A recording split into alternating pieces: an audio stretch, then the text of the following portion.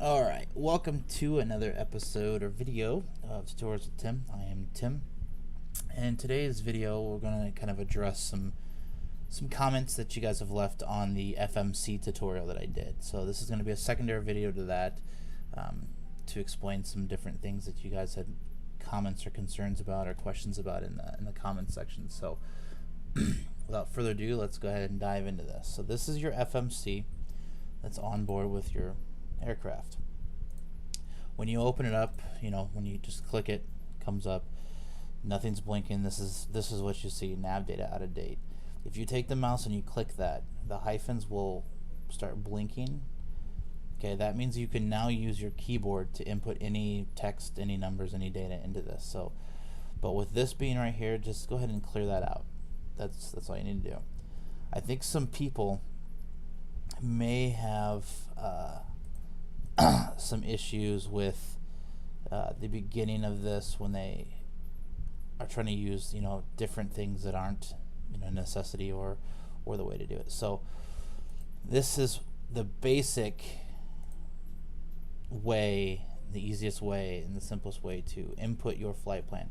Now what you see over here in this screen is what I use for flight planning. It's called SimBrief. This will give you your current AirAx that you are using. So imagine, if you don't already know, as a pilot, the paths, the stars, the SIDS, all these different things that you're familiar with, imagine that being basically the traffic pattern, in which it is the traffic pattern. Winds at different airports change that constantly. What active runways, active approaches, active departures, so on and so forth, all have an effect on that. So that's why some of you probably, if you're flying online with VASM and you go to get your clearance, you get turned down and they have to update your clearance. This is going to help solve that because this is up to date. So over here, you'll just go to SimBrief and just create an account. It's free. Just put your email and name and stuff like that, and then you can log in. When you log in, this is the screen that you see. So we're sitting at Phoenix right now. So just create a new flight, and then you're going to get this pop up. Now all the information you need to input into this to get the current information is right here where it says depart. So we're departing at Phoenix, so that's KPHX. And just say, for example, we're going to go to San Diego, so that is KSAN. Now that's going to bring up basically a flight plan for you and the different routes. Analyze it, and then now you notice right here it's not current. So that one's, if you try to submit this right here into your flight plan, air traffic control is going to come back and say no. Now, and if you're not flying online, you can use that and it's going to be perfectly fine. You're going to get to where you want to go perfectly fine. But if you want the simulation of the real traffic, real world, when you're flying online with real traffic controllers, you need to go based on what's current. So let's go down here and click this, and then let's analyze that and see if that's current. Now that's current. Now that's current because of wind, because of active runways, so on and so forth.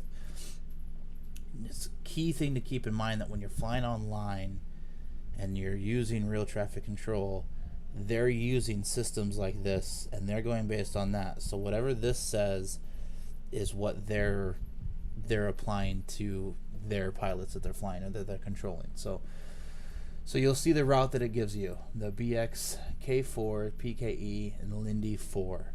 Now, what you're going to do with that information, okay, is you're going to come back over to your FMC right here, and you're going to click Flight Plan, and you're already here. So now, Origin, now you click that again if it stops clicking or blinking. Now you can use your keyboard again, like I said. So we're at Phoenix, which is KPHX. Okay, and then go ahead and click the input button up here to put it up by the origin. And we're going to San Diego, so that's KSAN, and that's our destination. Now the flight number is completely up to you. You don't have to put it in. You can if you want to. It's just completely up to you. And then once you've done those three things, just click execute. That light will come up right here, and anytime you put any information that's not saved into your computer. So now we've got the basic information of where we're starting from and where we're going. Now if you click legs, all it has you as your current position, which is at Phoenix. So let's go ahead and put this information from SimBrief into your FMC. So go over here to departure and approach, okay, and you'll click the departure. So if you look back at your route, it's saying that you're using up here, you're departing from the current runway, which is runway 26. So over on this side, okay, you don't see 26. Click down here where it says next page, and then now it pops up. So click that, and that's selected. So now the second step is to look for this, the BXK4, and let's see if we can find that, because that's going to be your SID. So let's scroll back up, and we found it. It's BXK4, and select that. Now the transition is PKE, and that pops up too. So select that as your transition. Key thing I want to let you know is that sometimes your SIDs, like if SimBrief says BXK4 for example, and if you look in your FMC, you may see a BXK3 or BXK2, something extremely close to it, but not the exact. It's the same sort of speak thing, and you can select that, and it's going to be perfectly fine. It has to do with the freshness, I guess, of that route, or when it was, so on and so forth. So you don't necessarily have to worry about that as long as it's as accurate and close and same letters basically. And now again that light popped up, so hit execute. Now we can go back and look at the legs, and now you see a lot more information in here, and you can go through your pages. You got 2 pages there. So you got the PKE, which is your transition, and then you got the BXK and all this other bloobity blobbity stuff. Don't worry about anything here and putting anything here yet, so we're not done. So let's go back to the approach, and now we want to set our approach at KSAN. So again, arrival runway is what it's telling us is runway 27, right up here. But on the approach, do not put the runway first, okay?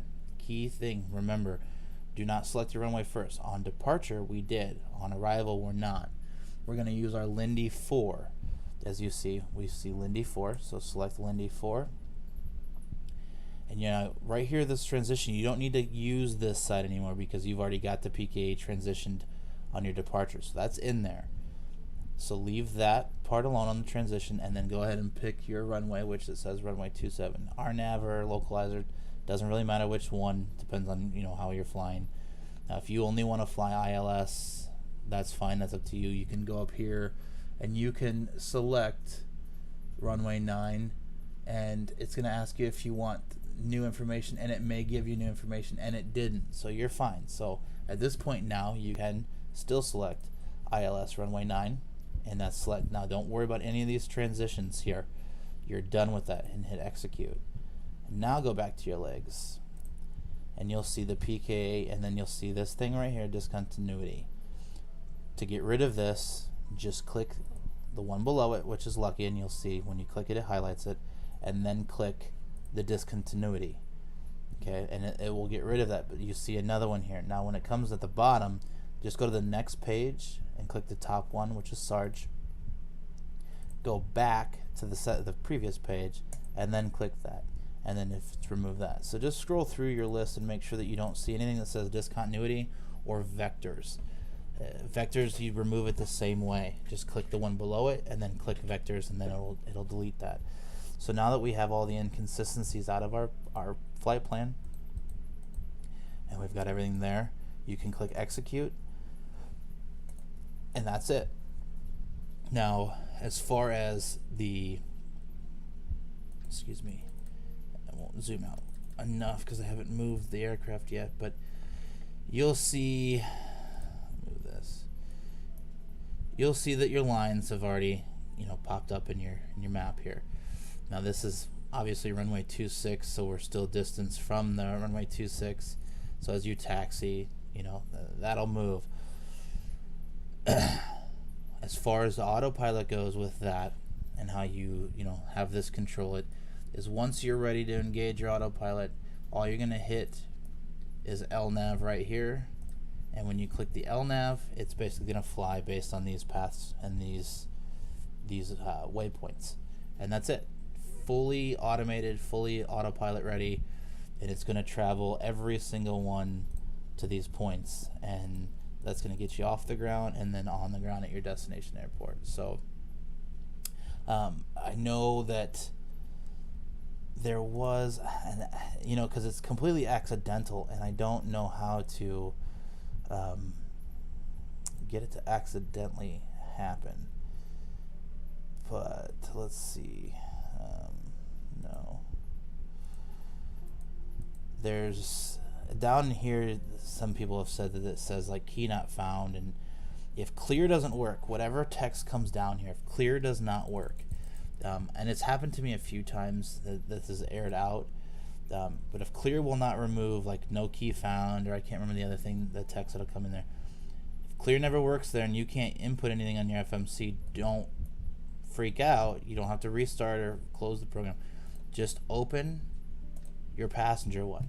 Now you'll see all the information is still here, but this is still a workable FMC. So this one may be aired out. Okay, your pilot one, the captain side might be aired out. You can't use it, but you can always use your co-pilot one. So you do have two. You do have a backup in case of an emergency. You don't have to flip out or freak out. So you do have both of them. You don't need to use both of them unless it's an error or whatnot. But hopefully that has addressed most of your issues that you've been having with the actual FMC itself, and the paths to use. Hopefully I explained that to a couple of you guys who are asking, well, how do you know which SIDs and stuff? That's exactly how you use SimBrief. That's an up-to-date, basically, path that current air traffic is using, and that's what you input into the FMC. So that's it. I'm gonna do another video here very soon, probably within the same time frame, hour or a couple hours after this one gets released, of your cruise and your destination. Well, we can do the cruise now, actually. So right here you'll see all this stuff, and you'll see this on this side over here, 61,000 or 6,100, 5,000, but you see all these lines for the other previous ones. So this is telling you that the altitude is 1,135 feet on runway 26, and then as you climb, so on and so forth, it's obviously going to increase.